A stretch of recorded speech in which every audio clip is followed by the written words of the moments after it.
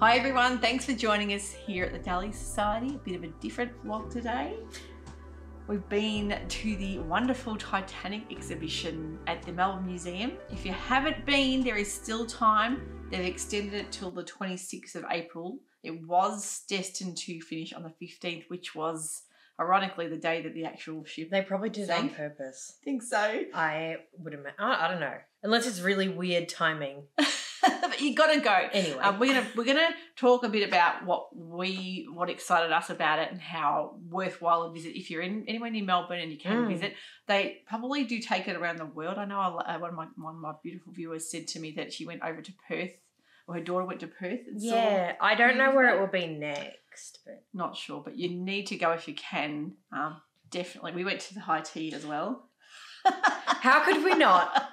We know we love a high tea. I actually haven't been to one before. So haven't you? No. Oh, usually I take Dad. Yeah, And the twins? Yeah, they've been Yeah, no, before. not me. So this was very exciting. To be honest, this whole exhibition was something I absolutely insisted on going. Yep. I have She's a fan. I have a thing about kind of maritime history and disasters, and I don't know.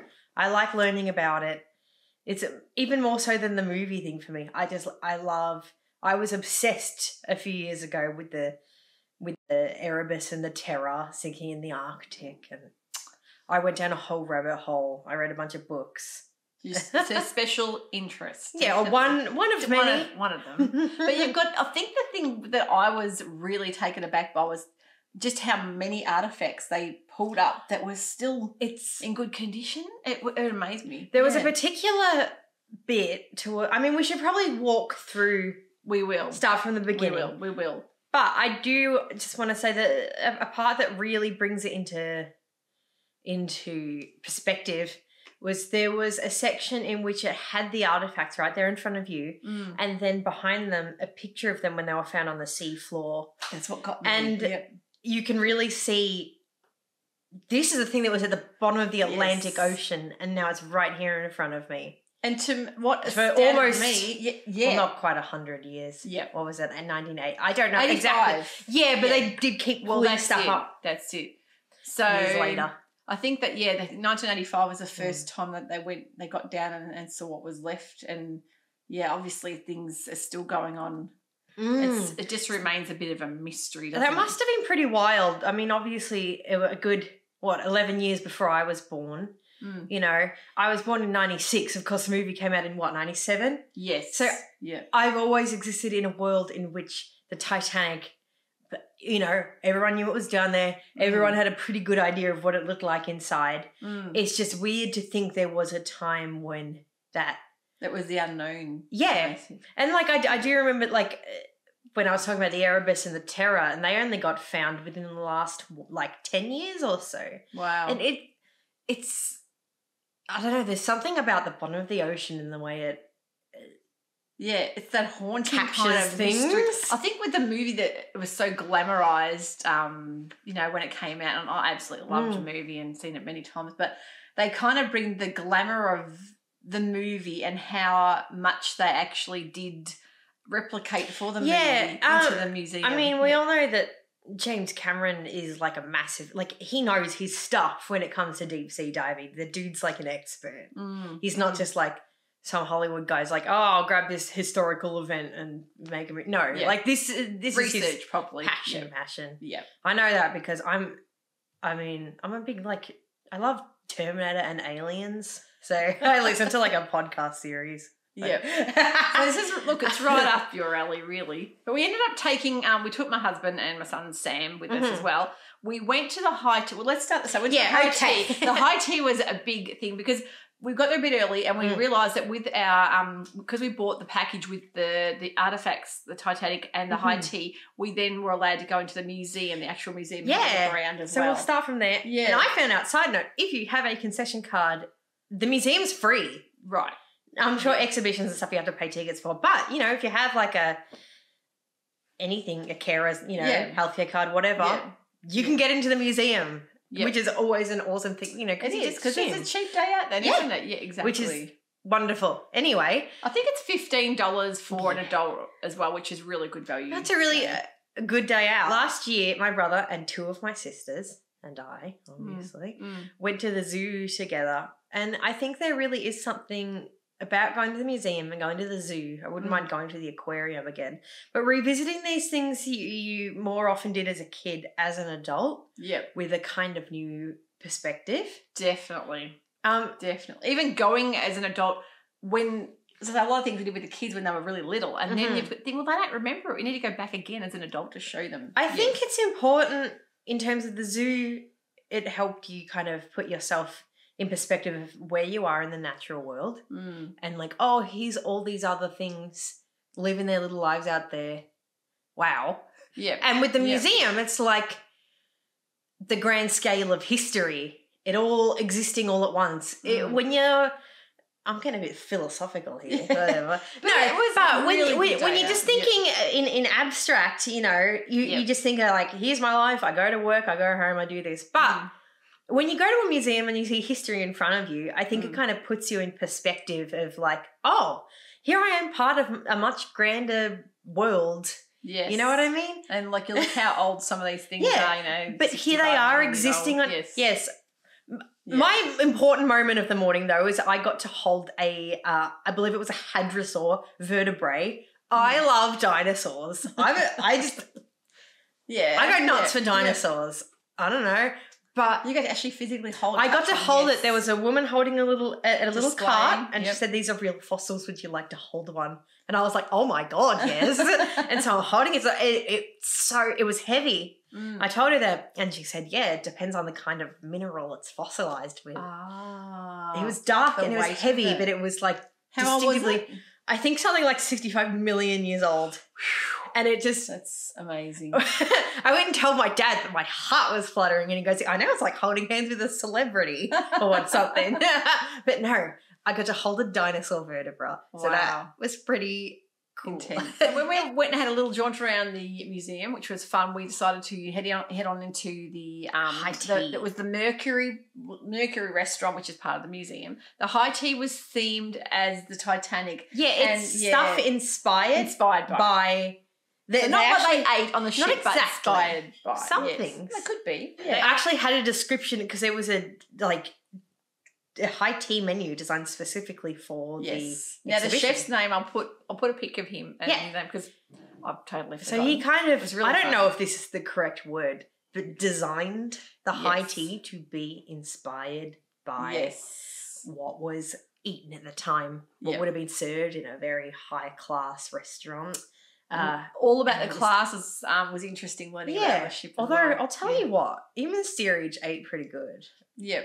Well, it was a fancy boat. Even the lowest class was pretty dang fancy. We've been over to Tassie on the I've slept on a worse looking cabin. I'll tell you that much. And she reckons a third class, which we'll talk about. We're getting off the tangent again. But back to the food because that's important. Yeah. We started off with a cocktail which was inspired by the movie Titanic, and of course it was Rose's Pearl. It was delicious. And Phoebe's middle name is Rose, so we thought we'd go for that. It was like rose vodka elderflower liqueur, and it had. We'll put some pics up. It had fairy floss and rose. It was so delicate and fancy, and it tasted as good as it looked.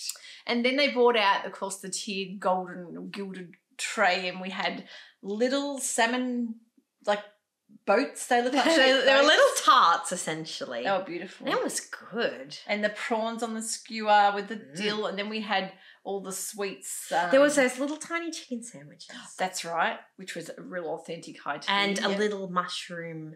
That's right, which was good. And the tarts. There was a raspberry lemon tart. And what else was there again? A little macaron, a little rose macaron. Yep. A little almond choux pastry. Yes. And there was a little chocolate and clementine. That little tea cake. That was amazing. And all of the desserts had like a citrusy element. Which we love, don't we? And we had an Earl Grey tea. Yeah. And the scones, of course, was this massive plate of scones. We couldn't get through them all, but we did our best. They were really good scones, by the way. Beautiful. I've had my highly share recommend. Of scones. We've had a few. Look, I personally had a lot of high teas before, and I must say this is one of my top as far as the flavour and the they were very fresh. They were still warm. Yeah. Ginger's come to visit. Come on. We've had a visitor.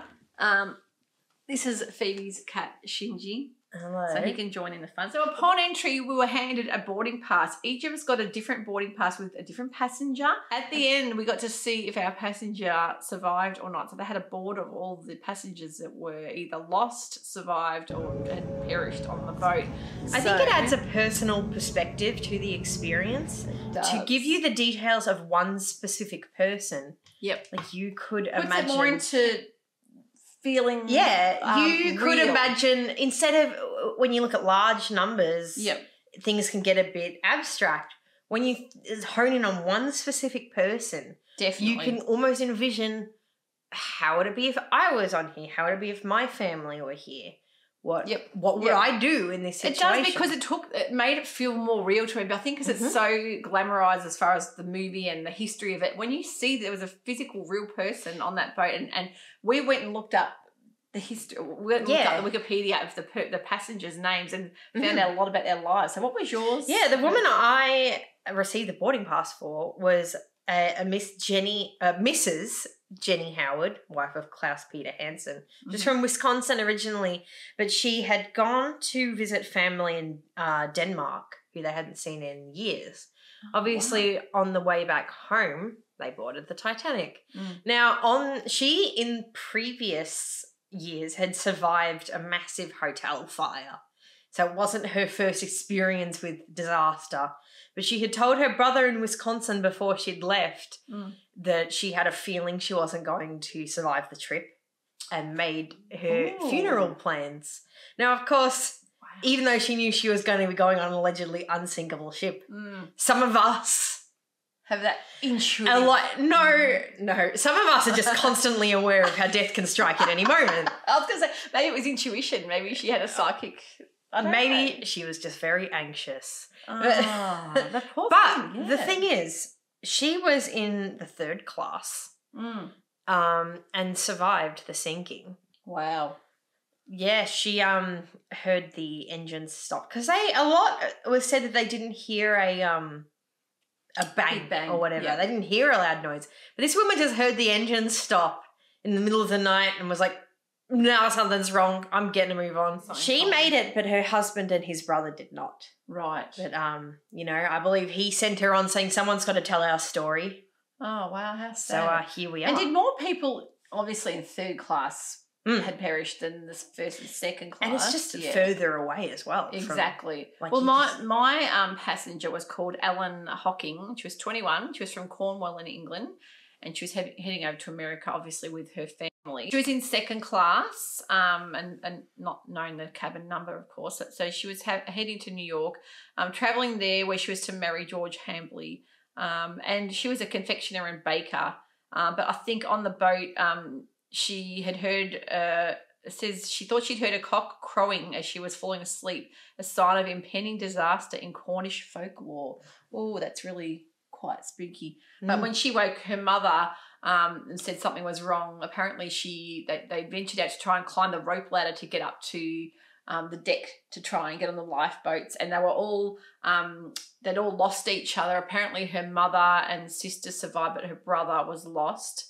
But she ended up meeting her fiance and brother over in America, so she was lucky to survive. But it's interesting looking up, I think she died in 1968. Yeah, each individual story. Yeah, finding out. Because in the grand scheme of history, 1912 was not that long ago. Exactly. So there was quite a lot of survivors alive to tell their own stories. Yeah, that's what fascinated me. In the age of mass media, you know what I mean? A lot of them, when you're looking at something that happened even 100 years before that, it's a lot harder to find so many first-hand accounts of just normal people's experiences. Exactly. And that's another part of why it's so fascinating. It's so personal. I think one of the things that we just said when we both walked in, we're going to put some footage up so you can see, we both walked in through the entry and had our boarding passes. The first room is kind of a classic museum exhibition. Yep. It's got all the artefacts and you can get a good look at them. All little bits and pieces, ranging from bits of the ship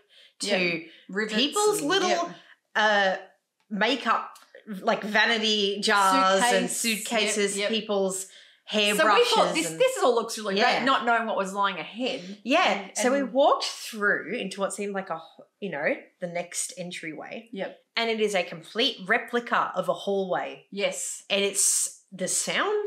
It is Yes. so you feel like, whoa. It feels a bit dreamlike, honestly. You hear the sounds of the boat, how it would be in the first class, like the hallway, walking through all the beautiful, ornate, panelled ceilings and doors, and it's beautiful. And at the same time, you can feel like, oh, this is like a place. I can see this in my mind now. It's a place I feel like I've been. Yeah, exactly. It's familiar. Yep. When you're thinking or you're watching something in a movie or whatever, it seems so far away.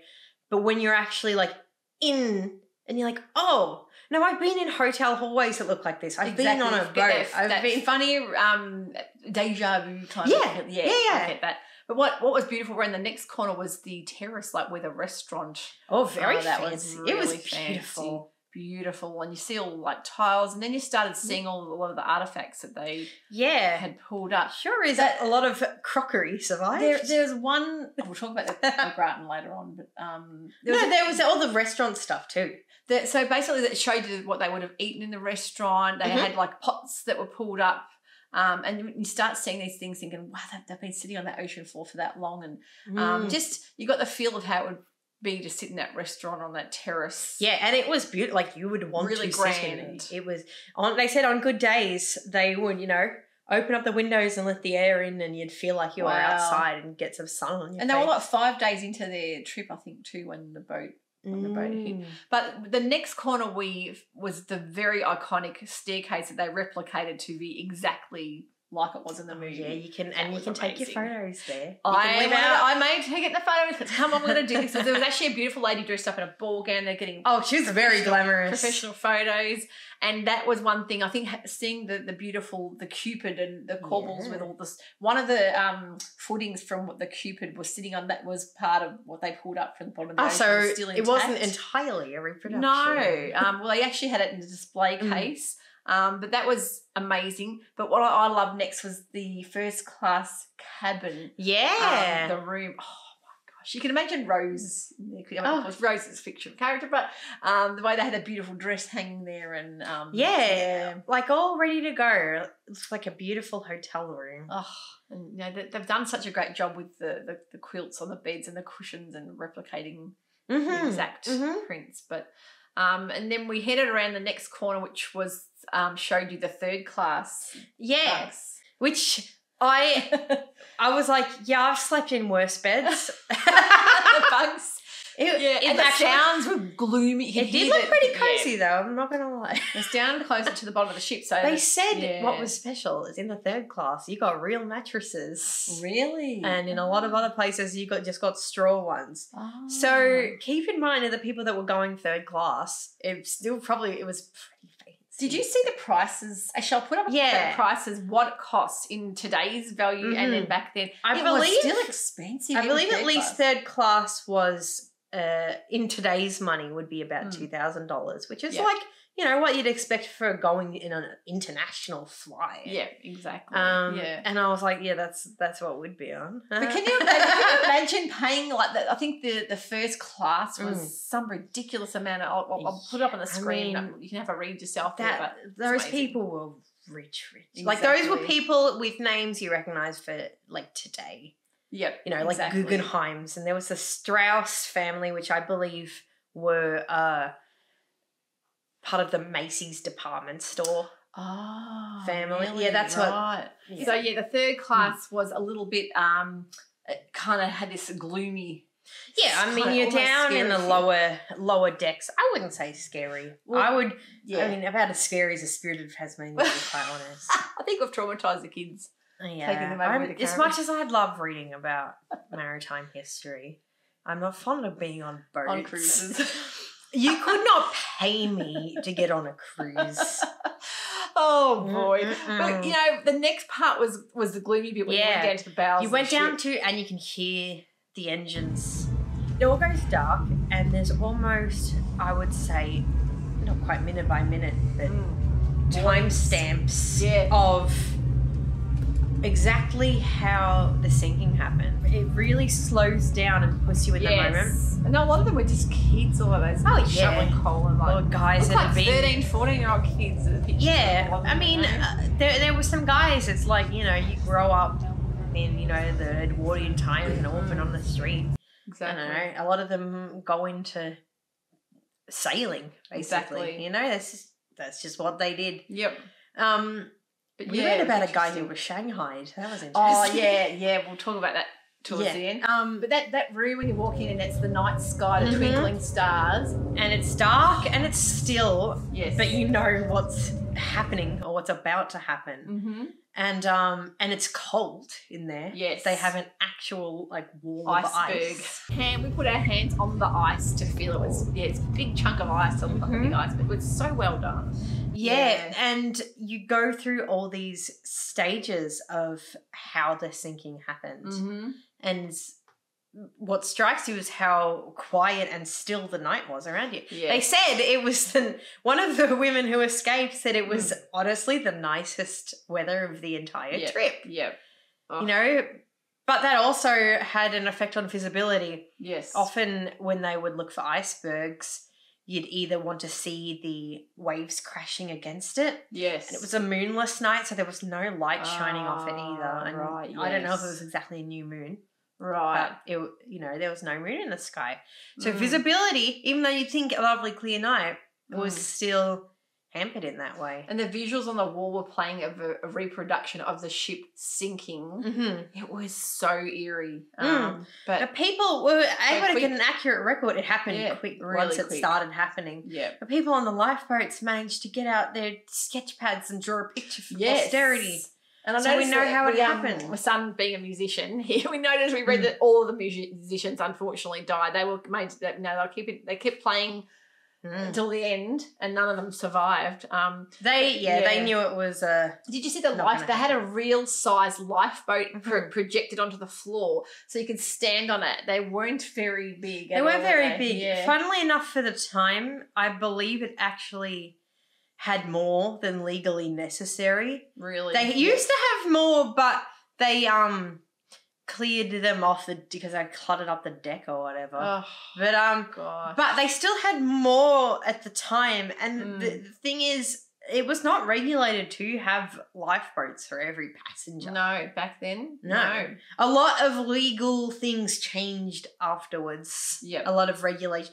That's the thing with regulations. Is a lot of them have origins in some horrible disaster. Exactly. There's a few channels that you watch. There's quite a few channels that I watch about with the way things have changed with H&R and all that kind of thing being the way it is I like now. reading about engineering just as a hobby. What did you think at the end when they had the boards and they had the survivors and the lost at sea and you had to find the name and everything, and then they had the ties to the Australian people that were on the boat? Yeah, they had a few Australian, I think, some passengers and some staff. Exactly. There was a woman who learned to row when she was quite young, up I think on the Murray. Yep. And she managed to steer her little lifeboat out of a field of icebergs. And she went back to the farmers she worked with and personally thanked them for teaching her how to row. That is fascinating. Yeah. After the sinking part, we go in and there's a section about the recovery. Yep. And how that happened, how it was found. Yep. And that's when we had these pictures of things found under the sea. Yes. And then the thing itself in front of you. That was so, like, see it so real, how it was on the floor. How it is now. And the dishes. Yeah, one of the most striking things in this room was a little array of, like, potato gratin dishes. And they were neatly stacked in a row. And they were found neatly stacked on the sea floor. Yeah. Because the little cabinet, they were all stacked up in their cabinet.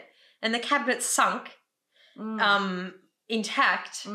Eventually the wood rotted away. But the little ceramic fireproof dishes were just still stacked inside. Exactly. And there was a picture of them. Yeah. And they were clean. They looked like you could eat off them. Definitely eat off. Oh, that was amazing. And there was a beautiful watch, a porcelain gold watch that was still that was amazing. Yeah. And the perfumer. The perfume. Well, our son Sam, he's had an obsession with perfumes. Aftershave connoisseur, like collects. He has that many aftershaves. But anyway, that's his special interest. And there was you can explain. Yeah. So there was a perfumer aboard the ship, and he had, I think they said, like a leather case of all these tiny little vials, all these sample scents.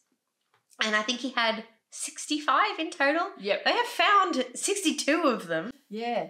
And they said, and they're all intact, perfect little vials. You can still see the labels on them. Survived, of course, all his belongings lost. But when they recovered that, they said there was still a faint aroma. It was amazing. But he was taking his perfumery over to the States to try and be an entrepreneur and start a new business. We went into the on the way out, we went to the gift shop, of course, and Dad managed to get himself one of the bowls. A soup bowl, a replica soup.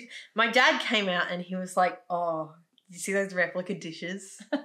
And I was like, "Yes, camera. I think you should get a soup bowl." So we know that Dad is the chief soup maker. He's Russian and Polish and Italian heritage makes him. They actually, because we were tossing up on which bowl to get. Yes. And I was like, I don't know, get the soup one. We like soup. And the girl at the shop was like, "What kind of soup what's your favourite soup?" And I said, "My dad's borscht." Borscht. And also he makes pasta fagioli for the Italian side. That's my favourite soup. Yeah, I know, but he makes all kinds. Of course, being, he does do a pretty good pea and ham soup too. I'm the pumpkin soup in the house. Yeah, I don't care for pumpkin soup. Oh, well, I love it. So anyway, I just wanted to pop on and show you all our amazing Titanic. I can't resist a museum gift shop, unfortunately. It's her favourite. I have to yank her out of there. Everyone knows that my bedroom looks like a tiny museum in and of itself. The next thing I'm going to go to is at the Loom, and there is a Da Vinci exhibition, I think, until the end of July. So I'll be going to that for sure because we loved the Monet and Friends, and our other daughters went to the Van Gogh exhibition last year. Yeah, well, it's not really. Definitely worth It's more like an experience. It's an experience. You're not going to see original pieces, but it's a nice immersive experience to hang out with. It's a virtual, immersed in like all the visuals, and it's just an amazing place to go. It's a fun way to spend an afternoon. Definitely, especially and isn't that what we're all about? High tea on the way. So, so different vlog today, and I better talk about what I'm wearing too because I'm going to get plenty of comments. This is the fabric from the Van Gogh box that was in March. Pretty It cool. is the Matchy Matchy Club Perfect Puff Sleeve Top. And this year fabric, of course, being the boxes was all sold out. We're hard to work on our next ones. Do you want to explain about next month's box? Yeah. It's coming out the 14th April. The Artist's Muse. Yes. We were going back and forth on theming for a little while. And then we settled on kind of a Matisse-inspired look because it was kind of a little more abstract and we were like... Yes. I thought the colours in it reminded me more I think they do too. Work. The Artist's Muse is the new launch for April's box. We're getting a bit artsy this year. Ooh. We're loving our arts themes, aren't we? So the 14th of April, Sunday night, Australian Eastern Standard Time. We're back to daylight savings. Yeah, be aware of that. Clocks are going. Time, so that's an exciting box. Also, I'm so happy that daylight saving. I don't like hot weather and I don't like daylight saving. But what I've been up to is I have been latch hooking. I have made myself a little rug which is taped to my floor, so I can't show you that on camera, but we'll show a picture of it. Yes. But I've done a little cushion. Latch hooking, I did that in the 70s, and I said to Phoebe, that reminds me of being a kid because, of course... I'm going for quite 1970s colour schemes here, and I'm also working on a little mossy coaster. It's very therapeutic. Ooh, it's relaxing. Yeah. We've got one of your sisters into that, and the other sisters she's got into cross stitch. So these are all kits that I bought from an independent Australian shop called Craft Club. Mm-hmm. And the kits come with everything you need. They come with, the mesh. They come with all the pre-cut bits and pieces of the wool and the actual hooks themselves. And so it's nice. It's pretty relaxing. It's something you can do while you're watching TV. I want to do 2 more cushions. My wintertime bedding, which is all going to be these like caramelly colours and very. I love a 1970s colour palette. Does. But you've been zooming through them so fast. So if you like a quick project that you can get your teeth into and get over and done with. Well, no, I'm just a freak. She's just, yeah. No, I'm just demented. It actually does take a long time. Oh, really? Because I've just seen her do it like within a day or two. I'm just a sicko. I just spend hours on one thing. But how I like fun is that? hyper-focus. Definitely. We'll put the link for the shop if you want to go and have a look. And we've got no affiliation at all. We just like but supporting. I highly recommend supporting. I got on board with they did recently a anniversary birthday sale with 40% off, and I was like, oh, that looks fun. She's gone ahead grabbed and a few kits. This is going to be like a little. This is going to be a little coastery deal. I have nearly finished this one. It's got a couple more little flower. That's really cute. I like the colours in that to go around here, and I can definitely see that would be a really good another fibre arts craft. Yeah, I do like sewing, but I don't do it. I know everyone enough holds it against me. I don't do it enough, but I do. I like fibre crafts in probably broader. Yes. I don't do as much sewing as Mum, but I probably do more a broader range. Embroidery, cross stitch, and now embroidery is my first love. I've always. My little sister loves crochet. Yes, and I'm thinking about it. Yeah, she's really obsessed. I've done never hand knitting. I have done machine knitting. Yeah, which is fun. I have a knitting machine, but I don't really have the space to set it up. Hopefully in the future. Yeah, I've done some weaving as well a little bit. I would love to get my own table loom. That's the dream. You know how it is. Yeah. I've rented out into painting miniatures now too. Oh my god! Oh, that's right. You have to. Yeah. Oh gosh, you're all over it. Anyway, we're going to leave it at that. Go and have a wonderful weekend. I hope you have a lovely time if you're celebrating Easter. Get plenty of chockies to eat and hot cross buns and whatnot, because we certainly will be. So we'll see you all next week. It's already started. Exactly. Yeah, get to the exhibition if you can. Yeah, I'm highly badged for that. So. Definitely stuff. Take care. Stuff. We'll see you all soon. Bye.